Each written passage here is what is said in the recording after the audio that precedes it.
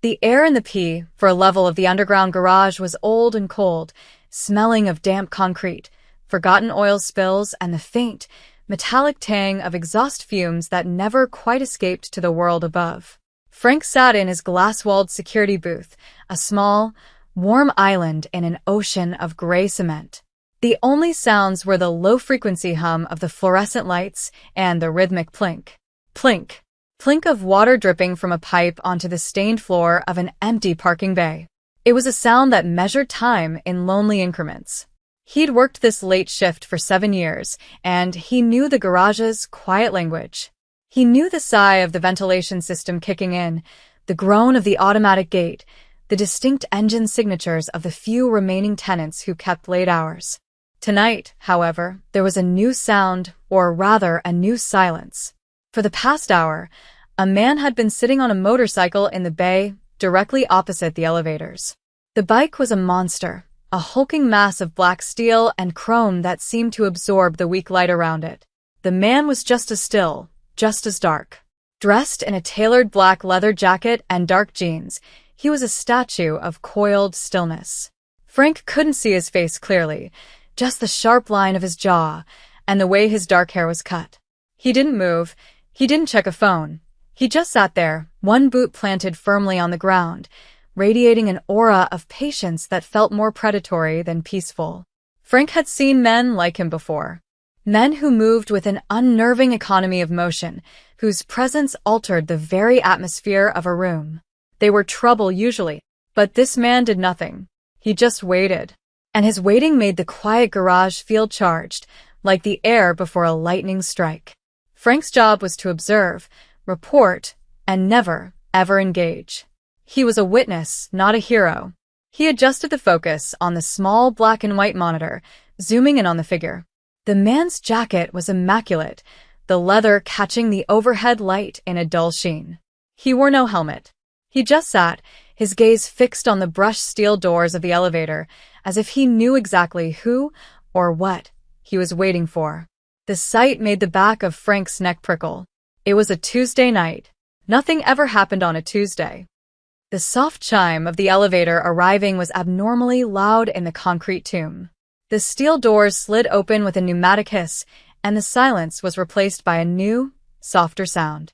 The whir of an electric motor and the gentle friction of rubber wheels on polished concrete. A young woman guided her wheelchair out into the garage. Frank leaned forward, his half-eaten sandwich forgotten. He recognized her. She worked in the graphic design firm on the 12th floor. A quiet woman who always offered a small, shy smile when she passed his booth in the main lobby. Tonight, she wore a vibrant red wool shirt, a splash of defiant color in the monochromatic world of P4. Her jeans were a faded blue, and a worn leather satchel was strapped to the back of her chair. Her name was Chloe. He knew that from the building directory. She navigated the chair with a practiced ease, her hands moving with a fluid grace. But Frank saw the tension in her shoulders, the way her head was on a constant, subtle swivel. No one liked being down here alone at night. The space was too vast, the shadows too deep. She was heading toward the section reserved for modified vehicles, a good 50 yards away. A long, lonely journey across the empty expanse. As she began her roll, Frank's eyes flickered from her to the man on the motorcycle. The man's head turned, a slow, deliberate motion. He was watching her. The intensity of his focus was a physical thing, a palpable pressure in the cold air. Frank felt his stomach tighten. This was it. This was the trouble he'd been sensing. He reached for the handset of the intercom, his fingers hovering over the button that would connect him to the main security desk upstairs. But what would he say? A man is looking at a woman? It wasn't a crime. It wasn't anything yet. He was just a witness, and so far, all he was witnessing was a silent, unnerving tableau. Chloe seemed to feel the weight of the man's gaze.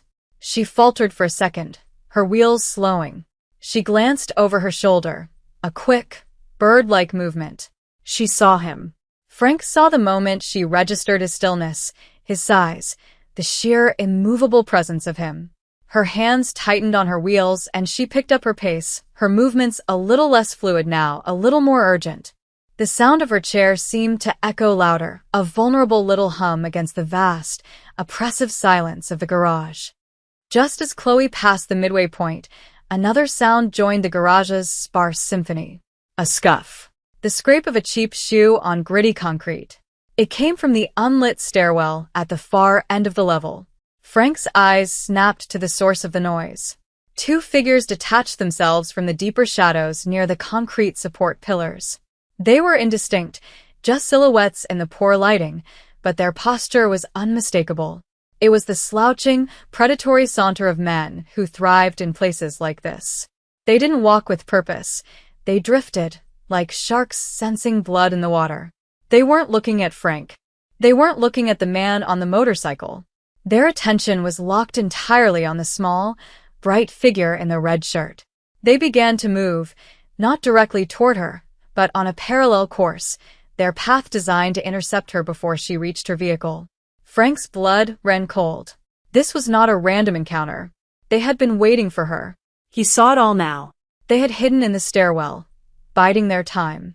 The man on the motorcycle was a complication they hadn't expected, but they were undeterred. Chloe heard them too.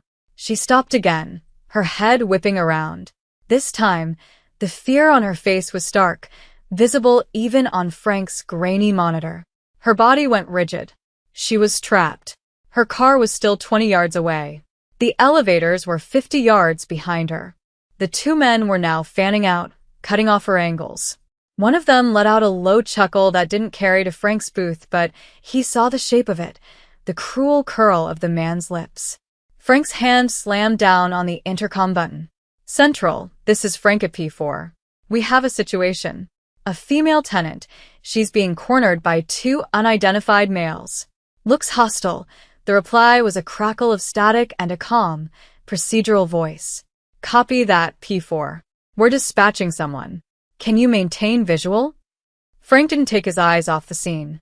Maintaining visual, but you need to hurry. He knew how long it took. 5 minutes, maybe more. 5 minutes was an eternity down here. The two men were closer now, their pace quickening. Chloe was frozen, a deer in the headlights. She looked from the approaching men to the long, empty stretch of concrete leading to her car. There was no escape. Then she did something that made Frank's breath catch in his throat. She turned her wheelchair. Not toward her car. Not back toward the elevators. She turned it directly toward the silent man on the black motorcycle. It was a desperate, illogical move. Running from sharks into the jaws of a tiger. She propelled herself forward, her movements now sharp, deliberate, fueled by a terror that had burned away all hesitation. The two men slowed, confused by her change in direction. They watched as she rolled right up to the motorcycle, stopping so close her knee was almost touching the gleaming engine block. The man on the bike didn't flinch. He just watched her arrive, his expression unreadable. Frank could see her talking, but he couldn't hear the words. Her hands were clasped in her lap, her knuckles white. She was looking up at him, her face a mask of desperate appeal. The man remained perfectly still for a long moment. The entire garage seemed to hold its breath. The two stalkers had stopped completely, watching this bizarre interaction unfold. They were still confident, but a sliver of uncertainty had entered their posture. Then the man on the bike moved. He didn't speak. He simply swung his leg off the motorcycle and stood up. He was tall, broader in the shoulders than Frank had realized. He stood to his full height, and the air around him seemed to crackle. He looked down at Chloe, then he looked past her, his dark eyes sweeping over the two men who were now frozen near a concrete pillar. He gave a single, almost imperceptible nod. He turned and began to walk, his heavy boots making a slow, rhythmic thud, thud, thud on the floor. Chloe hesitated for a fraction of a second, then her hands flew to her wheels, and she fell into place beside him. He had become her escort, the unlikeliest protector she could have possibly found. Frank stared, mesmerized. The Korean Mafia boss, or whatever he was walking a paralyzed girl to her car. The two predators in the shadows watched, their easy confidence evaporating like mist. This had changed the equation completely.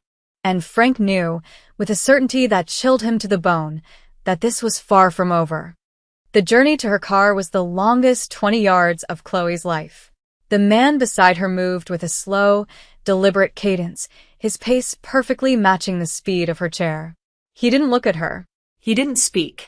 His gaze was fixed forward, but his awareness seemed to radiate outwards, a palpable field of energy that encompassed them both. Chloe could feel it, a strange sense of calm settling over her frantic heartbeat. The air around him was different, still, quiet, and absolutely solid. The sounds of the garage returned to her, no longer just a backdrop of terror, but distinct noises. The hum of the lights, the distant drip of water, the soft whir of her own wheels, and the sound of his boots. Thud. Whir. Thud. Whir. It was a rhythm of protection, a strange and powerful drumbeat in the cavernous silence. She risked a glance at the men who had been following her. They were still there, loitering by the pillar, their predatory intent curdling into confusion and resentment. They hadn't fled. They were watching, waiting. Perhaps they thought this new man was just some stranger who would leave once she was at her car. Perhaps they thought he was bluffing. The thought sent a fresh spike of fear through her. What if he was? What if he just walked her to the door, nodded, and left her to fend for herself? She was an idiot. She had pinned her survival on a complete stranger, a man who looked more dangerous than the threat she was fleeing. His leather jacket creaked softly with each step.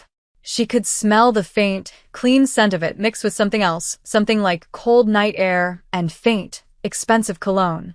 He was a wall of quiet intimidation, and she was rolling in his shadow. They reached her van, a dark blue vehicle with a hydraulic ramp.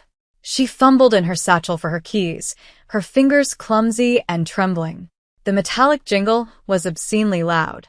She found the right key and pointed it at the van, pressing the button to unlock the doors and deploy the ramp.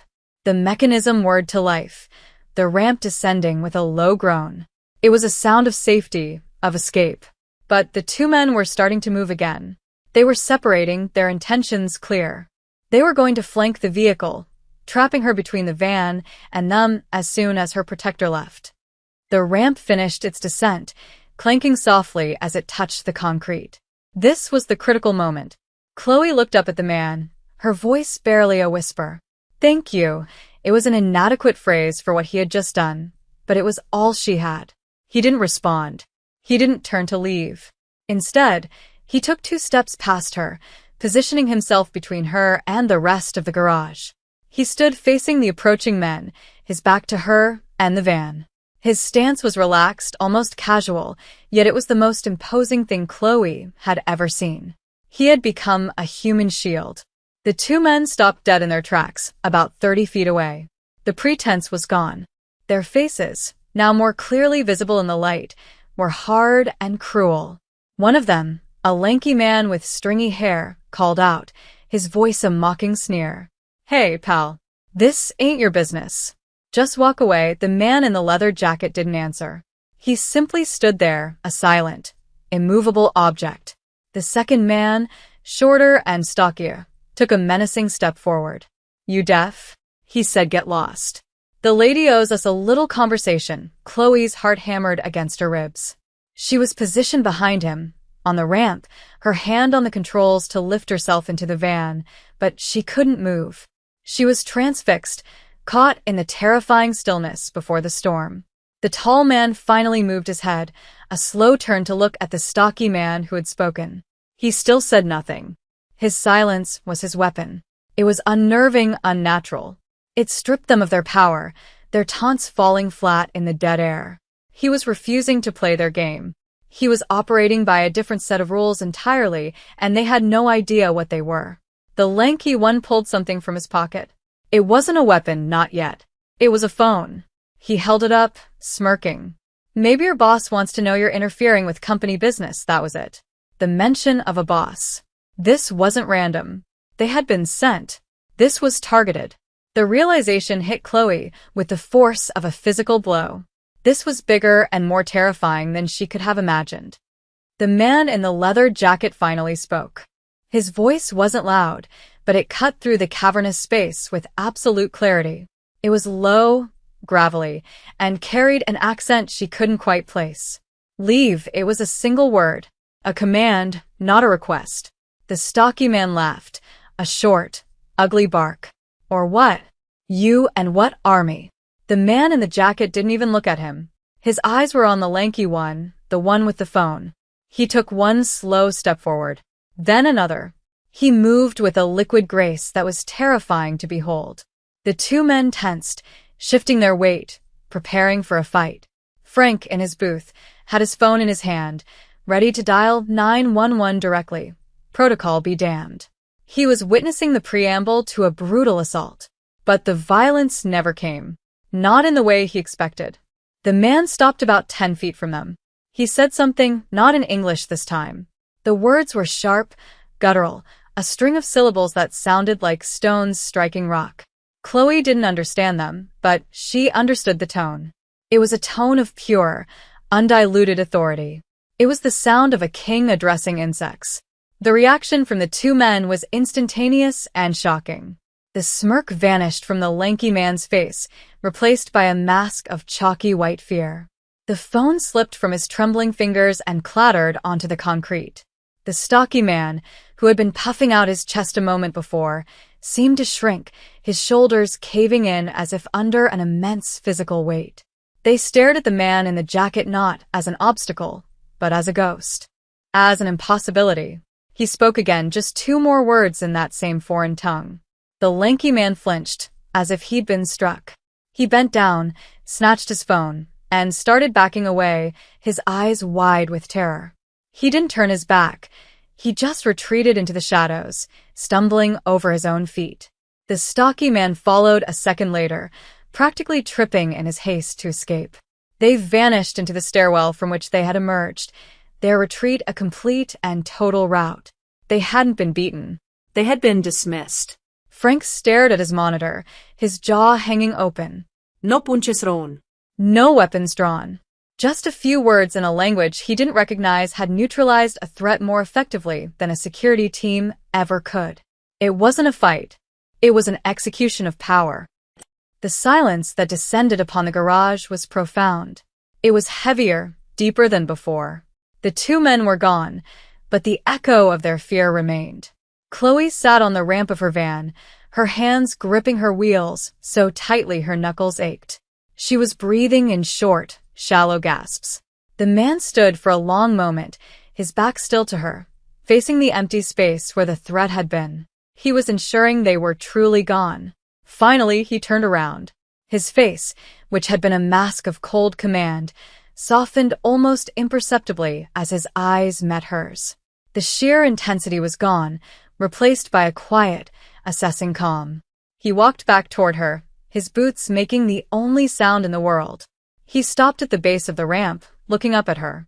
For the first time, she saw his eyes clearly. They were dark, intelligent, and held a depth that spoke of a life lived far from the ordinary. They were not cruel eyes. They were weary, perhaps, but not cruel. "Are you all right?" he asked. His English was perfect, the accent just a subtle undercurrent now. Chloe could only nod, the words caught in her throat.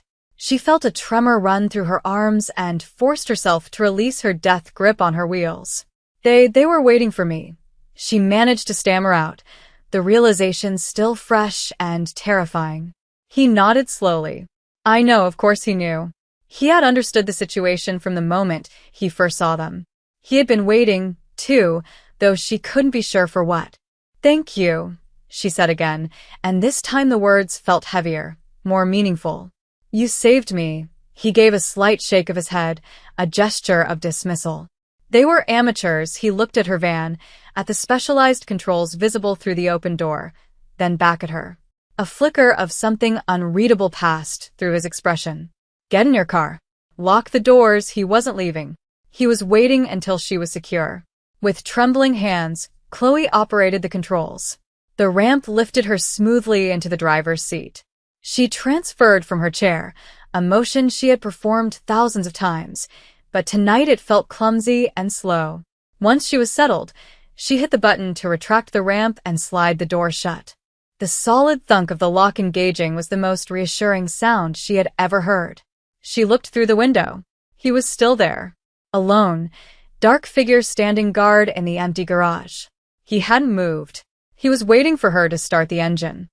She put the key in the ignition and the engine turned over, its familiar rumble filling the small cabin of the van. The headlights flashed on, cutting two bright swaths through the gloom and illuminating him fully. He stood impassively in the glare, unmoving. He watched her, and she watched him, a silent exchange through the barrier of glass and steel. He had saved her life, or at least saved her from a fate she didn't want to imagine, and she didn't even know his name. On a sudden impulse, she pressed the button to lower her window. The cold air of the garage rushed in.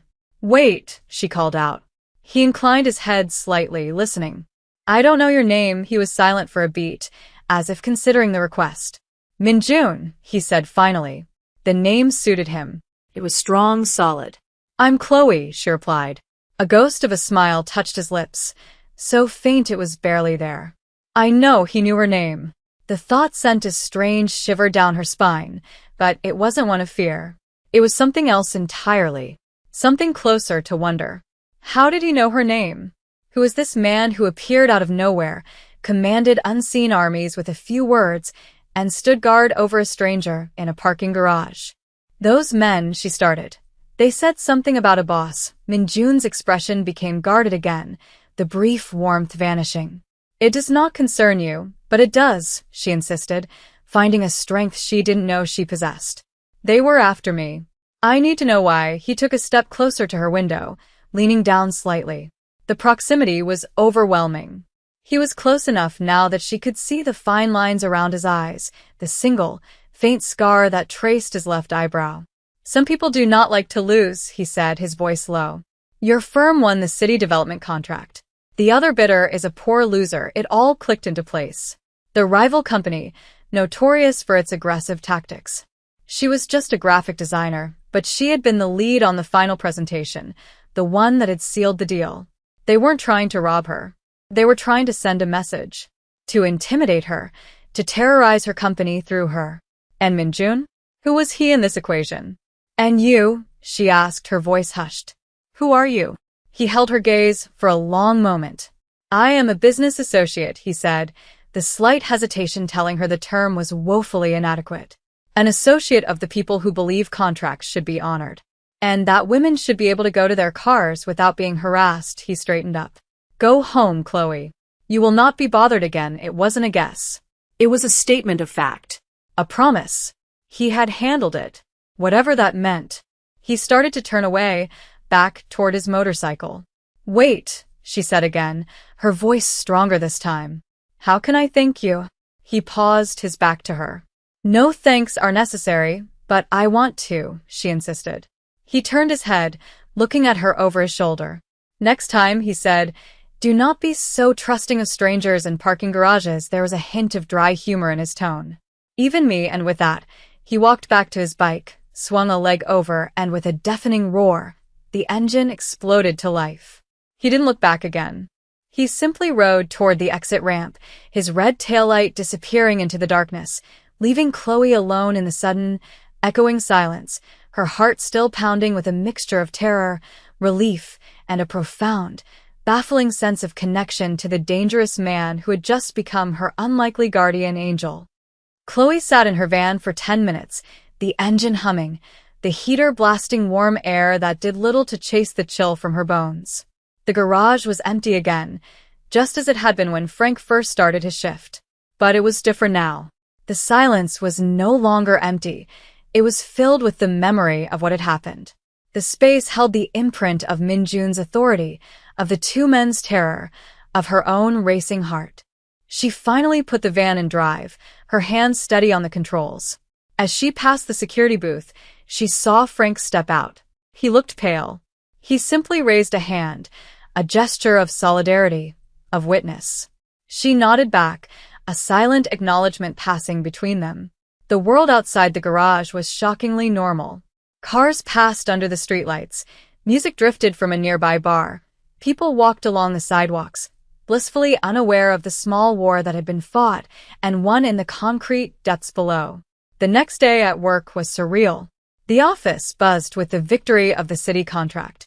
Her boss clapped her on the shoulder, congratulating her on the presentation. Her colleagues smiled and offered to buy her lunch. They spoke of the rival company's surprising and sudden withdrawal from all public bids that morning, citing internal restructuring. Chloe knew better. It wasn't restructuring. It was Min-jun. He had made a promise, and he had kept it. She went through the motions of her day, but her mind was elsewhere.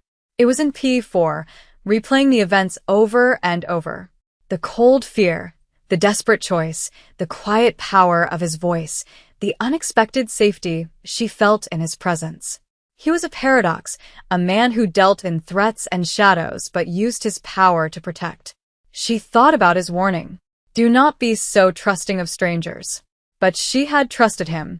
Her instincts, screaming at her to flee from the two men, had somehow guided her toward him, recognizing a different kind of power, a different code. A week later, she found a small, unmarked envelope tucked under the windshield wiper of her van. Inside was a simple, high-end business card. It was black, with a single name embossed in silver, Min-jun. Below it was a phone number. No company, no title. Just a name and a number.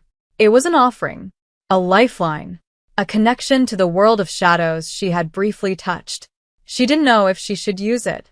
Calling him felt like stepping over a line, inviting a complexity into her life that she wasn't prepared for. But not calling him felt like cowardice. It felt like ignoring the most significant thing that had ever happened to her. That evening, sitting in her quiet apartment, the city lights twinkling outside her window, she made a decision. She wasn't the same woman who had rolled out of that elevator a week ago. That woman was afraid. This woman was curious. She was grateful. And she was no longer willing to let fear dictate her choices. She picked up her phone and dialed the number. It rang twice. A familiar, low voice answered. No greeting, just a quiet, yes? It's Chloe, she said, her voice steadier than she expected. There was a pause on the other end, and she could almost picture him. The stillness, the quiet consideration. Is everything all right? He asked. There was a genuine note of concern in his voice. Yes, she said. Everything is fine. Thanks to you. Another pause. I told you no thanks were necessary, I know, she said, a small smile playing on her lips. But I wasn't calling to thank you. I was calling to ask you a question. She could feel his surprise, even over the phone. What is it?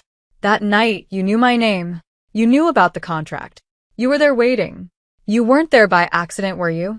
The silence stretched, and she thought for a moment he might hang up.